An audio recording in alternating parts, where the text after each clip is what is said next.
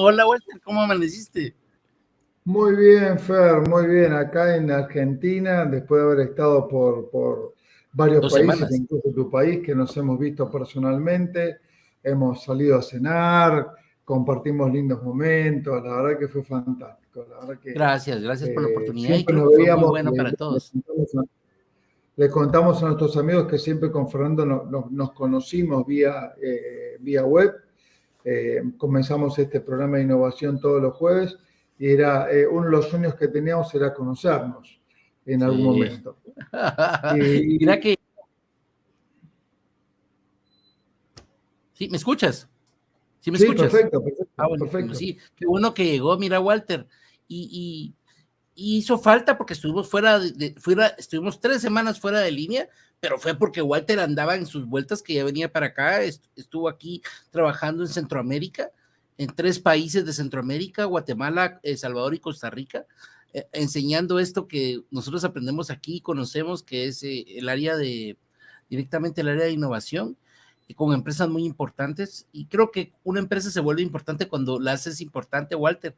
Y sobre esa base vamos a hablar hoy, vamos a hablar de qué es lo que es algunas empresas para trabajar, vamos a hablar de los 7 pecados que se cometen en innovación. Me encanta el tema y creo que estamos aquí para escucharte. Gracias, Fer, gracias. El amigo Johnny Gallo no se suma hoy. Pues fíjate que yo ya les escribí en el grupo. Estaría esperando que aquí se sume don Johnny. Bueno, capaz que está dando alguna clase O manicure otra vez. o en manicure de vuelta, sí, Manicure tal cual. de los jueves de la mañana. Pobre Johnny, que siempre le hacemos bromas con eso. Bueno, mira, Fer, hay una cuestión en primer lugar que creo que deberíamos entender, que qué significa pecar, ¿no? Digamos, ¿no? Ese es un poco el primer punto que creo que deberíamos tener en cuenta. Y pecar, digamos, etimológicamente implica de alguna forma alejarse del eje central. Es decir, ¿qué significa alejarse del eje central? Significa que vos tenés ciertos principios que vos tenés que seguir, correcto, que tenés que continuar, y cuando te alejas de esos principios, entonces es que estás pecando. Entonces, Otra cosa también, Walter, que también esos pecados, muchas veces, esos que dijiste que eran pecados, que eran principios, no los pusiste, sino que a veces te los impusieron. Alguien te dijo, mira, esto es un pecado y este es el alineamiento que tienes que seguir. ¿Y por qué? Bueno, porque yo soy experto en pecados y te digo, esto es pecado para lo que estamos haciendo. bueno, a ver, cuando uno ingresa a una organización, Fer, más allá de la alegría que uno puede tener para ingresar a una empresa y más allá de las ilusiones que uno puede tener para ingresar a una empresa, cuando alguien ingresa en una organización, hay una cuestión que tenemos que comprender que no es menor. Eh, Cuando uno ingresa a una organización, existe naturalmente una tendencia a restringir nuestra libertad individual. Es decir, cuando vos te casás o ingresás a una organización o dependés de un cliente, etcétera, la relación con los otros de alguna forma restringe la libertad. Te guste o no te guste, restringe la libertad. Vos, por ejemplo, querés ir a comer a un lugar determinado en Guatemala, que fuimos a comer la vez pasada juntos con Vanessa, con tu señora, y de repente decimos, bueno, vamos a comer a tal lugar, y supongamos que Vanessa dice, yo me siento incómoda en ese lugar, vamos a otro.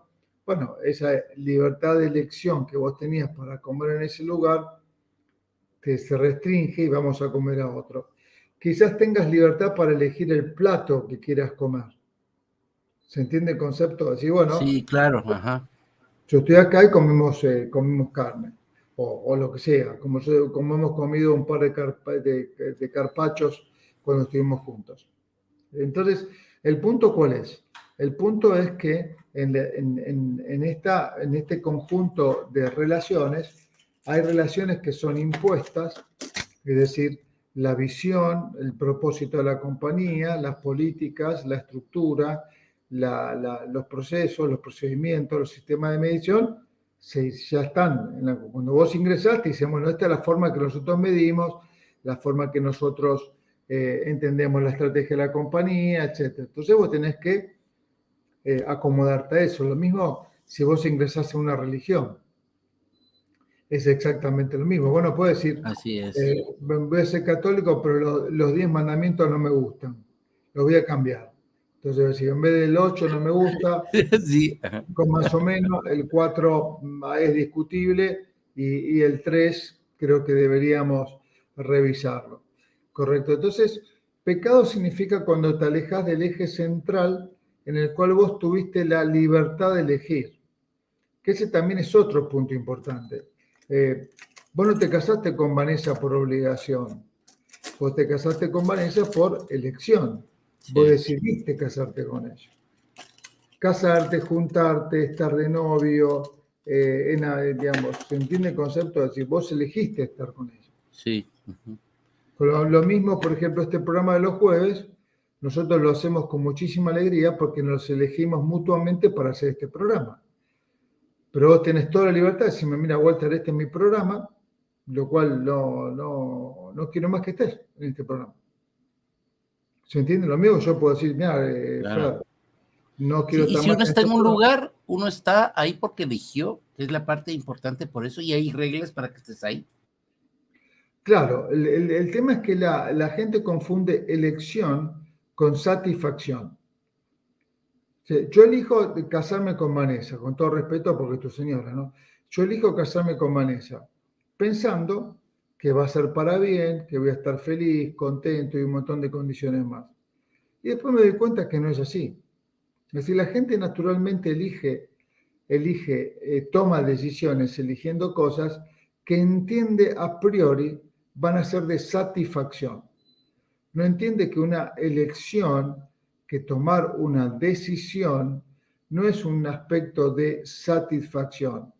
Es simplemente una decisión implica una alternativa que entiendo que será válida en un futuro, pero que puede no serlo. Pero no tiene nada que ver con la satisfacción. Digamos, es una alternativa que uno toma, que entiende que será válida en algún momento. ¿Va bien hasta aquí? Y que se Total, va total. Ajá. a recomponer en un momento, porque cuando alguien toma una decisión, estamos tomando una alternativa que afecta el presente con la incertidumbre del futuro. Es decir, vos te casás con Vanessa o decimos vamos a un restaurante a comer, como nos pasó la vez pasada a nosotros, que fuimos a comer a un restaurante y de repente, por ejemplo, ese restaurante no pudimos ingresar porque no había mesas. Estaba totalmente colapsado todo. No, no fue nuestro caso, pero quiero decirlo Sí, sí, sí, como como, anécdota. Ajá. como una anécdota. Entonces, de repente, en esa circunstancia de colapso, decimos, bueno, ¿y ahora qué hacemos? Bueno, y ahora tengo que irme a otro lugar. Entonces, el punto en toda esa historia es que no puedo justamente, digamos, modificar esa realidad. Es decir, que la elección que tomé no fue satisfactoria. Entonces, por lo tanto, la elección no tiene nada que ver con la satisfacción o con la no satisfacción. Vale. Y hay un orden para estas cosas que puedes permitir. Como decía, 7 pecados, a mí me imagino que hay algunas cosas que son relevantes en los errores que se comete cuando estás implementando la innovación. ¿Cuáles serían esos 7?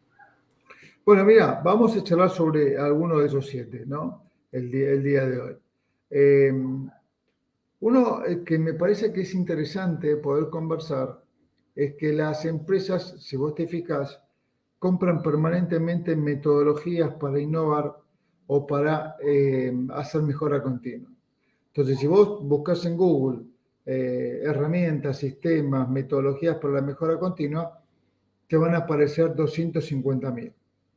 Correcto. Yo me acuerdo cuando estudié este tema para una maestría que hice hace muchos años atrás, había encontrado 173 sistemas de mejora continua. Estoy estudiando esto hace como 20 y pico de años, ¿no? 173 sistemas de mejora continua. Algunos son conocidos, otros no son tan conocidos, pero 173 sistemas de mejora continua. Entonces, ¿a qué me refiero con esto? ¿Qué es una metodología? Creo que lo primero que deberíamos pensar es eso. ¿Y qué ventajas y qué desventajas tiene? En primer lugar, una metodología Vamos a hablar de las desventajas y después vamos a agregar alguna ventaja. La gente cree que comprando metodologías, las empresas en general creen que comprando metodología impulsan la motivación y la actitud de la gente. Entonces, compramos una metodología nueva, la gente se pone contenta con esa metodología, dice, mira qué bueno la metodología Los Fernández, certifican a todos. los certifican a todos, entonces les hacen capacitación, certificación con tales características, con el cinturón tal, con el premio tal y qué sé yo, y la gente comienza naturalmente a ejercer esa metodología. Entonces, las metodologías, ¿qué tienen de bueno? Las metodologías lo que tienen de bueno es que se aplican rápidamente, tienen un orden rápido y en general las metodologías lo que tienen es que consiguen resultados en el corto plazo. Por una cuestión de que vos ordenás todo, tenés todo ordenadito, sabés los pasos a seguir, entonces puedes trabajar rápidamente en el corto plazo. Por lo tanto, la metodología en general, el gran problema que tiene es que conseguir resultados en el corto plazo, pero después mantener la metodología tiende a aburrir. Eso es como si uno quiere adelgazar y vas a un médico que te da pastillas, por ejemplo, dice, mire, cierre la boca, coma esto, tome estas pastillas, entonces vos de golpe en un mes adelgazaste, no sé, 15 libras. ¿Va bien? Y el otro mes adelgazaste 5 libras más, el otro mes adelgazaste 10 libras más. Y te encuentro después de un año y pesas lo mismo que un año anterior. Entonces te pregunto, Fernando, ¿qué te pasó? Y bueno, dejé la metodología, me cansé, tenía ganas de comer y así sucesivamente un montón de cuestiones más.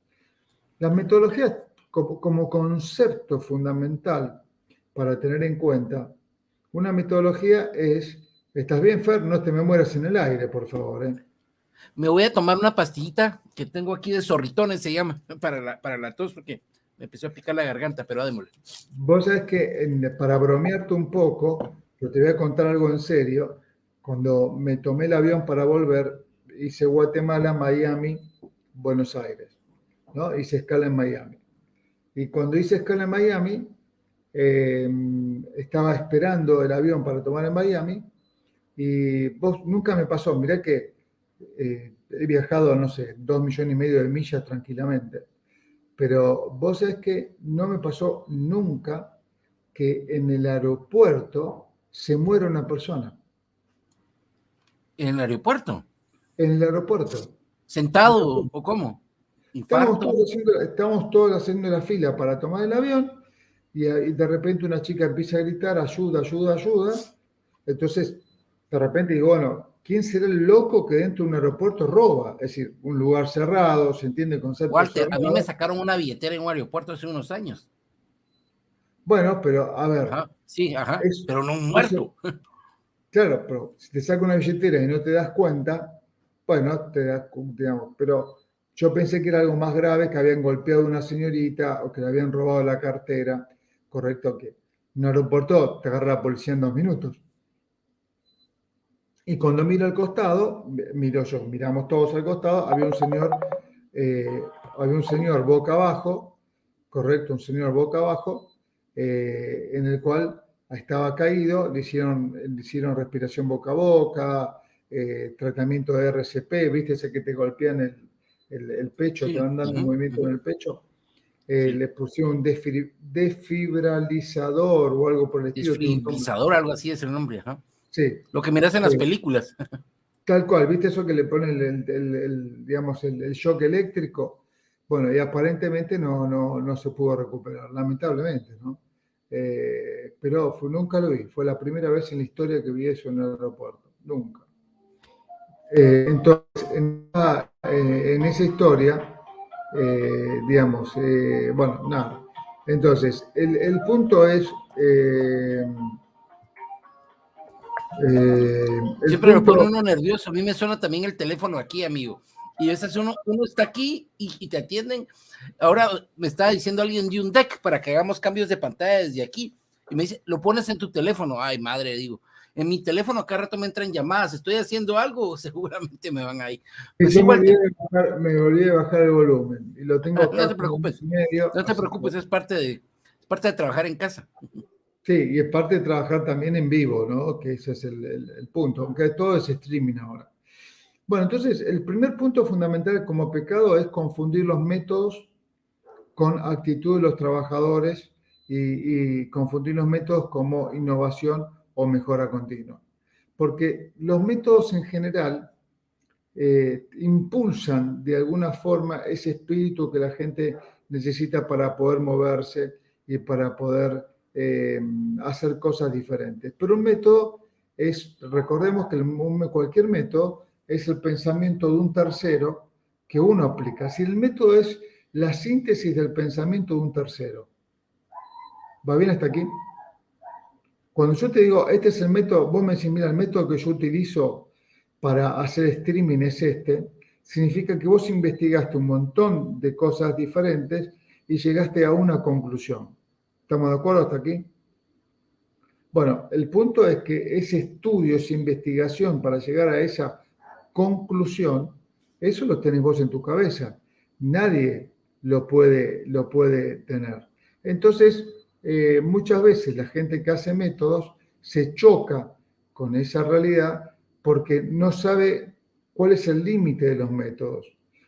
Y entonces las compañías creen que colocando métodos y certificándote y dándote cinturones y todo lo demás, o premios o lo que sea, elevas la actitud de la gente. Y lo único que haces es simplificar esa actitud de la gente a una forma de trabajo. Y cuando el método no funciona o cuando el método no alcanza, entonces decís, bueno, alguien tiene que encargarse de esto, que no voy a ser yo. Y mira, el otro día estaba viendo esto y se lo explicaba a un asistente de vuelo que estábamos conversando.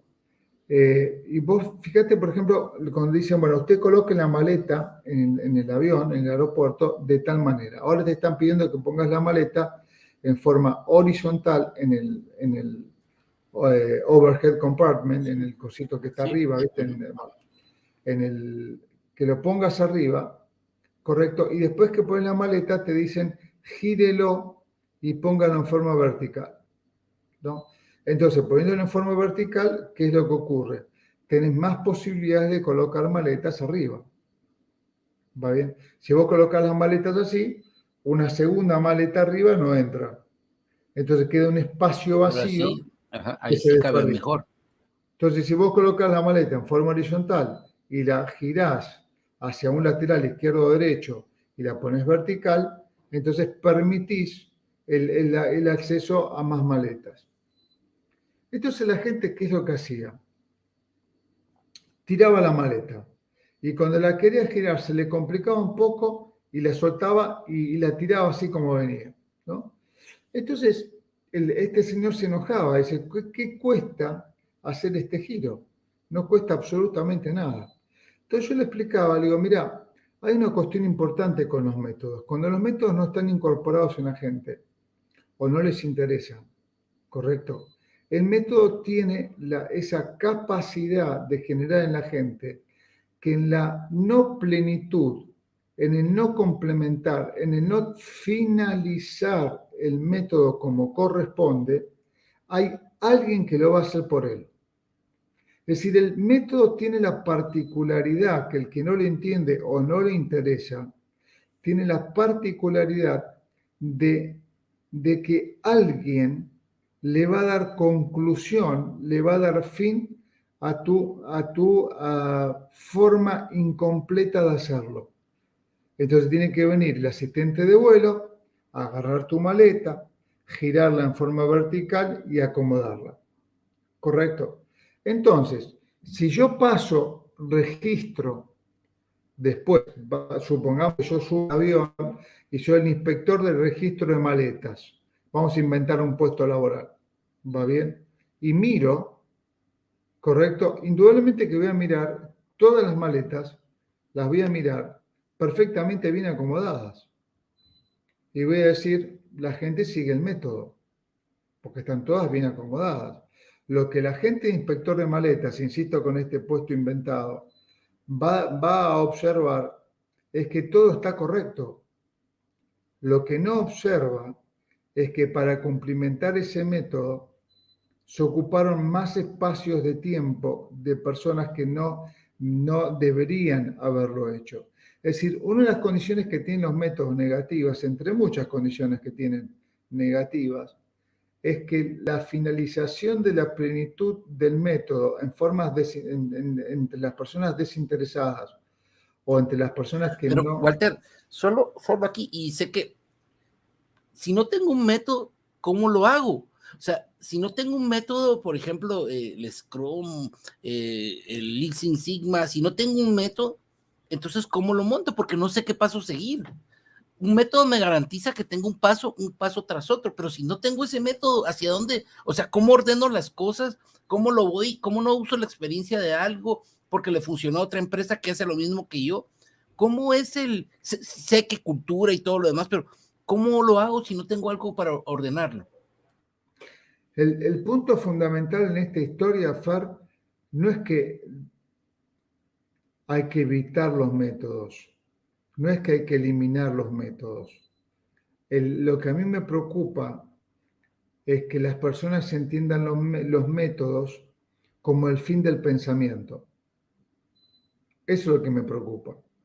Porque el método, vamos a hablar de métodos cualquiera, Six Sigma, Lean, TOC, 5S, Kanban, el método que vos quieras colocarle, ¿no? DMAIC, el nombre, hay 10.000 métodos para esto, para mejora continua e innovación.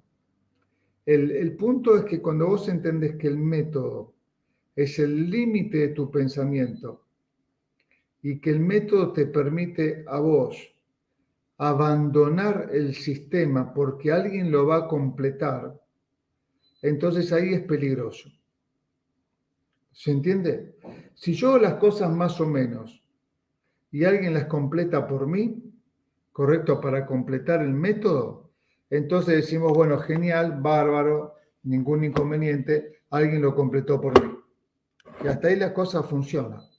El tema es que cuando eso se vuelve una forma sistemática de relación, los roles se confunden, las tareas se confunden, la relación entre las personas se confunden, las responsabilidades se confunden y los costos aumentan.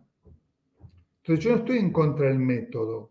Yo no digo que los métodos son malos, porque si vos te pones a pensar por un momento, Fer, si yo cada vez que me junto con vos tengo que estar pensando en la manera de poder colocar el programa en vivo, ¿se entiende el concepto?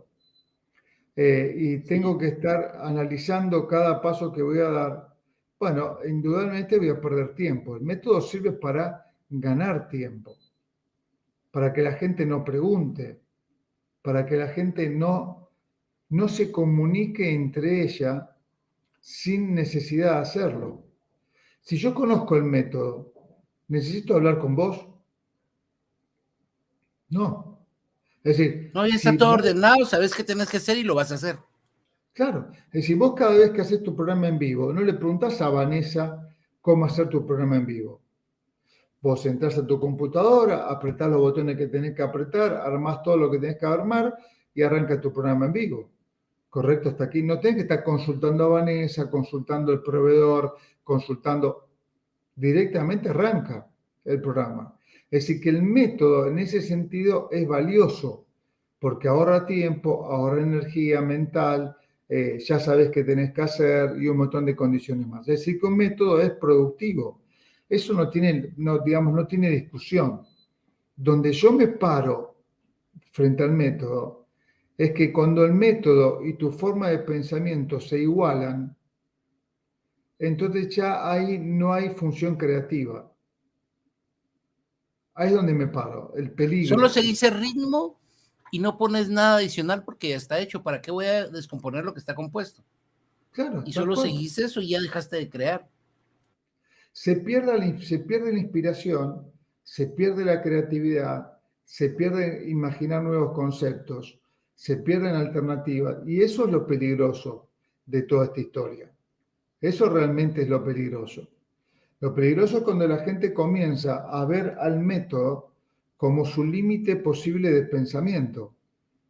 ¿Y qué ocurre cuando tenemos esto? Ocurre que le empezás a tener miedo a pensar. Porque si pensás, ¿el método qué significa además?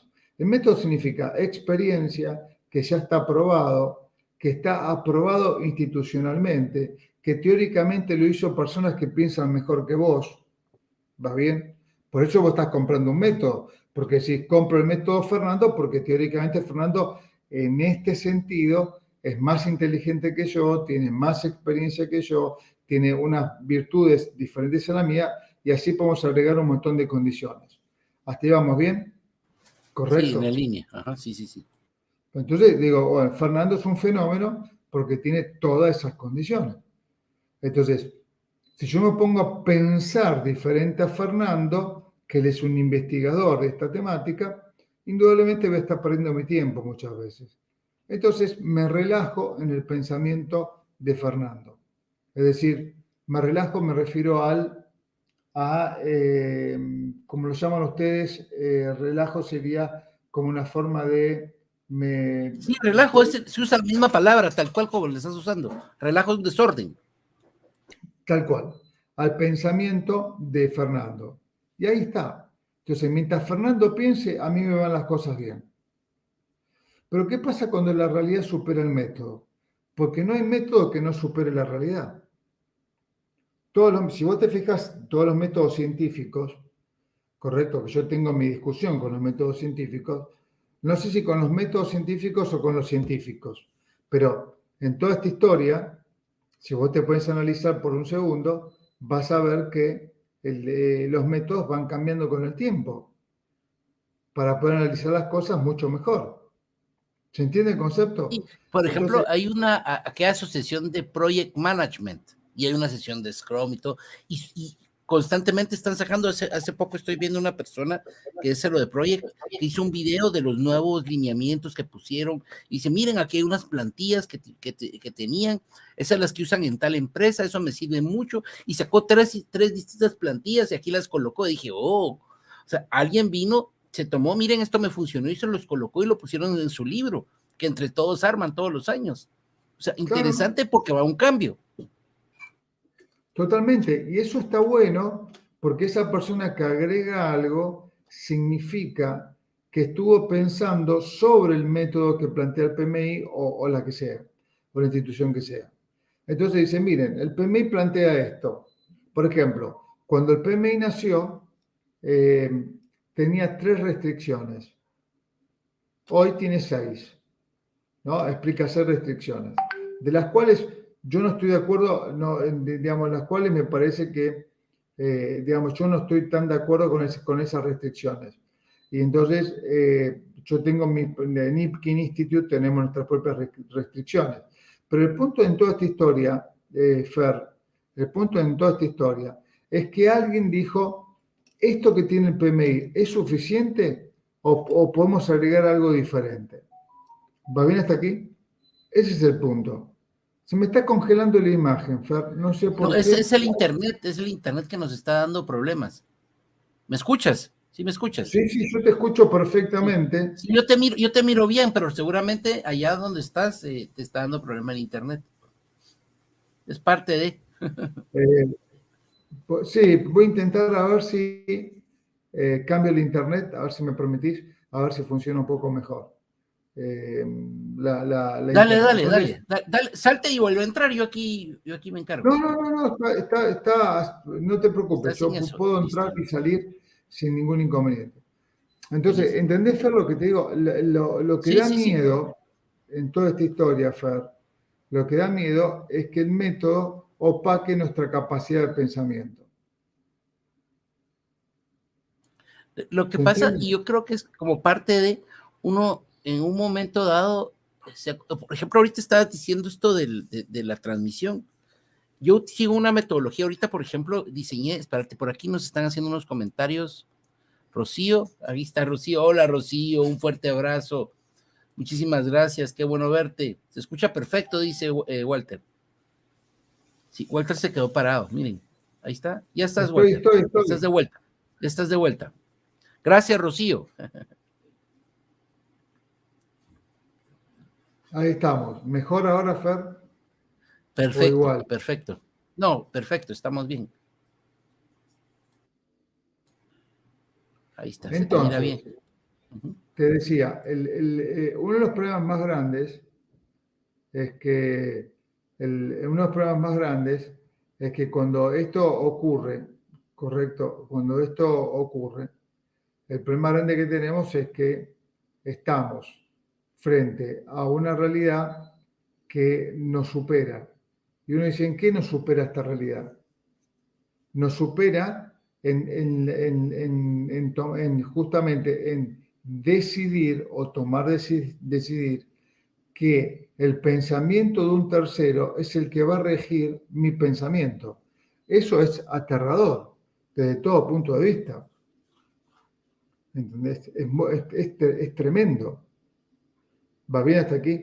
Yo a veces discuto con profesores que yo soy profesor de doctorado y fui director de varias tesis.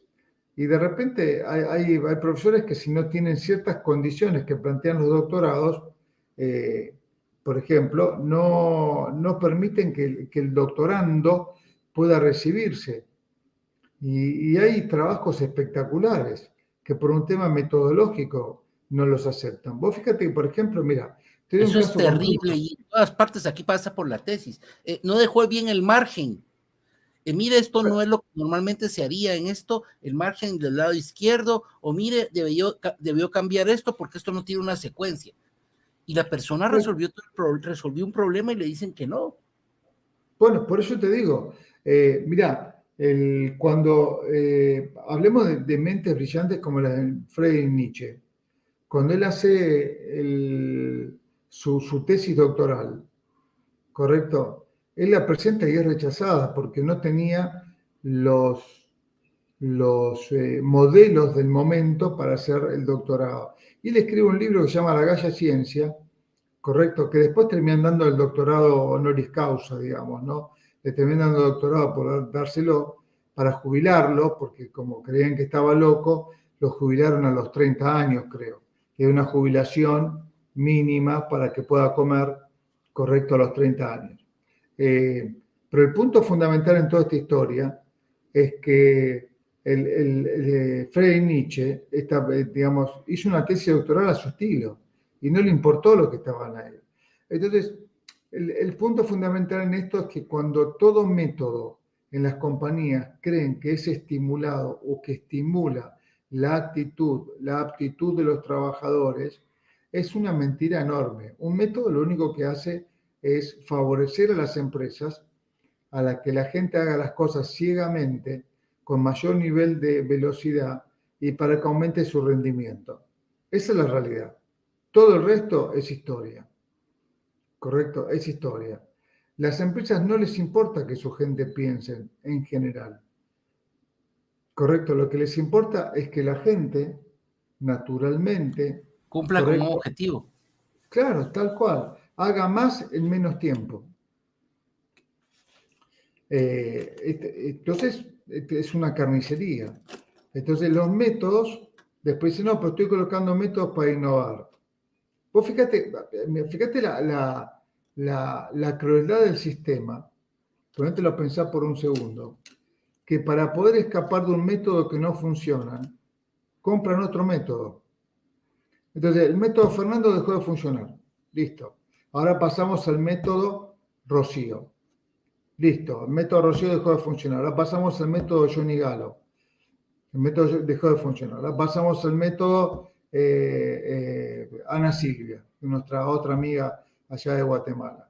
Dejó de funcionar. Pasamos al método Vanessa, dejó de funcionar. Pasamos al método Irene, dejó de funcionar. Pasamos al método... ¿Se entiende el concepto?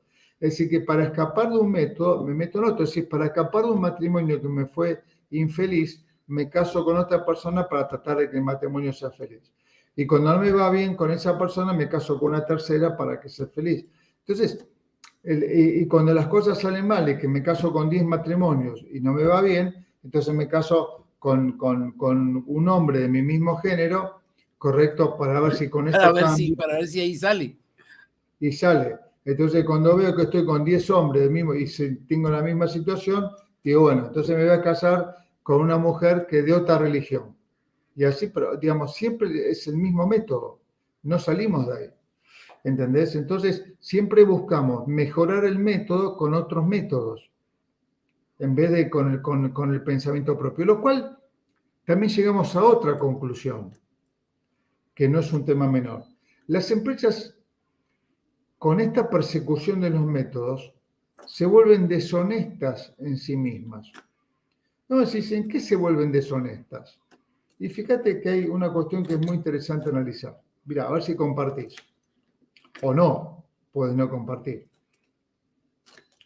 El primer nivel de deshonestidad se da en que las empresas comienzan a creer en los métodos como forma de relación o fórmula para poder conseguir objetivos. ¿Va bien? Pero empiezan a perder ese espíritu de creer en sí mismas. Y fíjate este detalle. Fernando trabaja conmigo. ¿Se le ocurre una idea? Digo, no. Rocío trabaja conmigo. ¿Se le ocurre una idea? No. ¿Va bien hasta aquí? No. No, la verdad que no. Ahora, ¿se le ocurre una idea a Vanessa, que es consultora externa, para poder hacerla? Y decimos sí. Fíjate que la credibilidad comienza a cambiar su punto de referencia, comienza a movilizarse, comienza a desplazarse hacia un mundo externo y no interno de la organización. Es decir, que las organizaciones comienzan a descreer de sí mismas, comienzan a no tener credibilidad en sí mismas. Entonces buscan tótems externos, métodos, ideas, libros, tótems externos que les permitan encontrar el camino. Es decir, que cada vez se alejan más de la credibilidad de sí mismas. Y en esa ausencia de credibilidad la quieren cubrir con métodos que los van a aplicar personas que no son creíbles. Eso es lo más loco. Otra cosa que estás haciendo con un método es que tenés algo a prueba, aparentemente a prueba de fallas. Entonces, esas personas que no son creíbles, con el método sobresalió. A mí siempre me fue mal y todos me dicen, mira, fuiste a recibir el curso, un curso famoso de ventas. Me costó un pepino, Walter. O sea, me costó un pepino adaptarme al guión que ellos tenían, al proceso que ellos tenían, porque esto no se va a aplicar nunca, o sea, esto no lo voy a hacer, o sea, nunca voy a poder seguir este sistema de venta porque me dice, no, o sea, me costó mucho, Walter, y te entiendo ahora más que nunca qué fue lo que me pasó, o sea, yo me culpé mucho tiempo de no ganarme todos los lapiceros que me tenía que ganar, realmente no me adaptaba, a pesar de que me lo aprendía, no me adaptaba, decía, no, esto no va a funcionar, y porque en la vida real iba a funcionar, y son cosas que con el tiempo uno se va dando cuenta. Bueno, por eso te digo, Fernando, el punto es que te lleva a descreer de uno mismo. Cuando vos no crees en vos mismo, cuando no podés pensar con vos mismo, cuando no podés encontrar alternativas a vos mismo, cuando todas las decisiones que tomás son rechazadas, cuando querés pensar por encima de un límite que es el método y no te permiten hacerlo, uno llega a un momento que empieza a descreer de uno mismo, de lo que está haciendo. Con esto no quiero decir que yo voy a pensar, o quizás un método mejor del que está en este momento. ¿Va bien hasta aquí? Yo estoy diciendo eso. Yo quiero decir, bueno, voy a poner un método científico diferente y no puedo encontrar ningún método científico mejor al que está. ¿Va bien hasta aquí? Yo quiero encontrar métodos para poder vender por internet más de lo que yo vendo y ya utilizo el mejor método del mundo y cuando lo quiero modificar me va mal. Correcto. No significa que yo voy a encontrar siempre una alternativa, ni tampoco significa que voy a modificar todo el método. Lo que puede significar es que el método tenga alguna pequeña dificultad, algún pequeño error, que lo pueda subsanar para poder potenciarlo. De hecho, todo método siempre tiene en sí mismo errores, pero generalmente están ocultos. ¿Se entiende el concepto? Es decir, no hay método, a ver, si partimos de la base de que un método lo hace un ser humano y que el ser humano tiene un pensamiento limitado, entonces, por lo tanto, el método ya es limitado. Entonces, yo podría, por ejemplo, con Iking, yo podría venir y tener funcionando un método, ese de Canva, el ISO, bueno, el ISO es su certificación, pero también es un método que alguien avala. Entonces, pero voy a esto, yo lo tengo funcionando y ya que lo tengo funcionando, puedo utilizar o puedo empezar con Ipkin sin tener algo de esos implementados. Explícame un poco eso para saber por dónde, qué camino es el que tengo que tomar. Mira, en Ipkin Institute nosotros tenemos varios criterios. Nosotros no explicamos métodos, explicamos criterios. ¿Cuál es la diferencia entre uno y otro? Que un criterio son parámetros para poder entender una realidad que vos podés modificar, agregar, quitar, mejor. Digamos, nosotros no nos preocupamos por métodos. Sí, obviamente tenemos criterios, formas, pasos a seguir, pero siempre estimulamos y siempre decimos lo mismo. Lo que les presentamos, aunque parezca complicado, es básico. Ustedes tienen que mejorarlo. Estimulamos permanentemente a que las personas lo mejoren. Va bien hasta acá. De hecho, hay trabajos prácticos de alumnos nuestros que han mejorado ampliamente nuestros criterios y que los hemos tomado también. Entonces, el punto, nosotros lo que estimulamos no es que aprendan un método, sino que aprendan a pensar diferente, que son dos cosas diferentes. ¿Se entiende, Fer, lo que digo? Que aprendan a pensar diferente. Tal cual. Que empiezan a pensar diferente. Por eso, fíjate que nuestro lema es repensar lo pensado. Pero cuando decimos repensar lo pensado, no estamos diciendo que tienen que repensar lo que otros pensaron y no tienen que repensar lo que Ipkin explica. Nosotros decimos, si usted tiene algo mejor de lo que nosotros le explicamos, le encontró una vuelta en la cual nosotros no la encontramos, bienvenido sea. Bienvenido sea. ¿Se entiende el concepto? Bienvenido sea. Digamos, si usted logra encontrar algo que supere, bienvenido sea. Incluso estimulamos ideas en las cuales todavía no tienen un diseño suficientemente creíble. Por ejemplo, voy a contar un caso muy concreto. El otro día nos sentamos con Rocío Mesén, en Costa Rica, en un bar en Costa Rica, que yo no la conocía, Rocío, la conocí en ese lugar. Sí, habíamos tenido cientos de charlas con Rocío vía internet, pero personalmente nunca la había conocido. Y surgió una idea, ahí no voy a decir cuál es, surgió una idea que Rocío dice, yo quiero aplicar esto en Costa Rica. Una idea determinada. Yo quiero aplicar esto en Costa Rica. Y el concepto fue, digamos, aplicar eso en Costa Rica para desarrollarlo. Y fue casi te diría un impulso. ¿Se entiende el concepto? Casi te diría que fue algo, che, se me ocurre esto como un concepto. Y lo primero que salió de mi cabeza es darle para adelante. Pero tengo que armarlo, diseñar. Yo te ayudo, pero me encanta. Como concepto, vamos para adelante. ¿Entendés? Entonces, y superó unas condiciones que nosotros tenemos en Ipkin. Y yo sé que cuando eso esté terminado y funcionando, va a superar algunas cuestiones de las que explicamos nosotros en Ipkin. Y surgió de una colega que estudió con nosotros en Costa Rica y surgió de allí. ¿Se entiende el concepto? Es decir, el punto fundamental es que el método tiene que ser el límite mínimo de mediocridad aceptable, no el límite máximo de capacidad. Hay una, como lo que estás diciendo es, por ejemplo, cuando alguien compra una franquicia. Las personas compran una franquicia con el objetivo de vender, pero cuando quieren implementar algo que puede dar resultado, te dicen, no, eso no está en el sistema de la franquicia. Es que yo quiero implementar, no puedes hacer eso porque no te saltas esos procedimientos.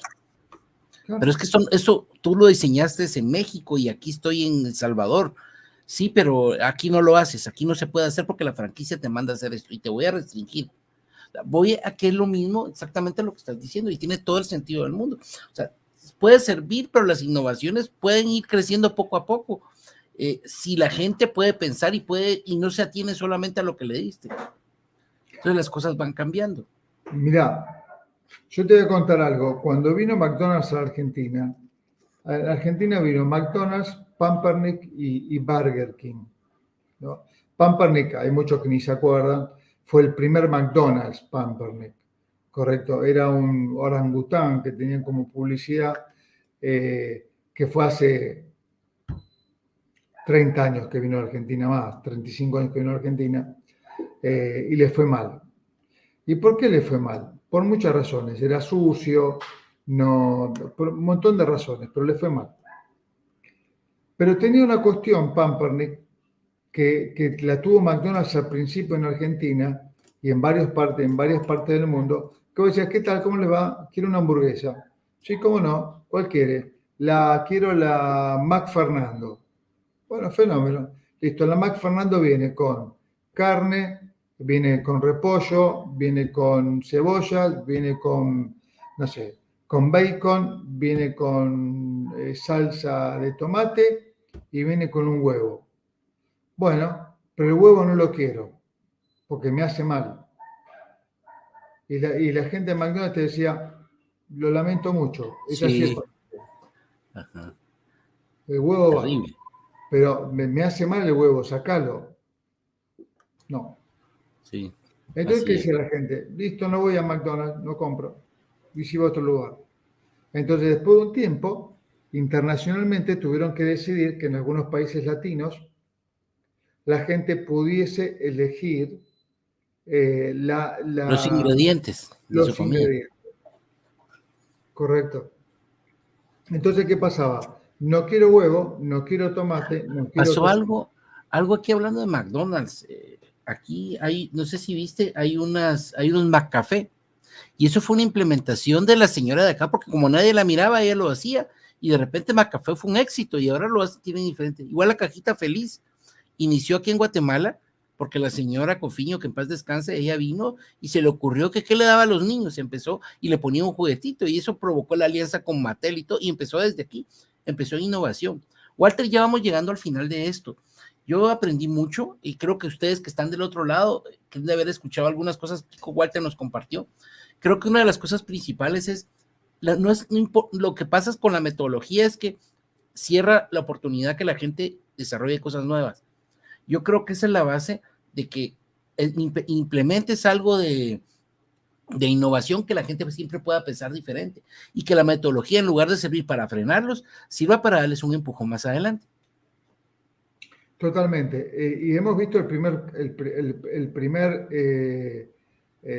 ¿cómo se llama? El primer pecado capital.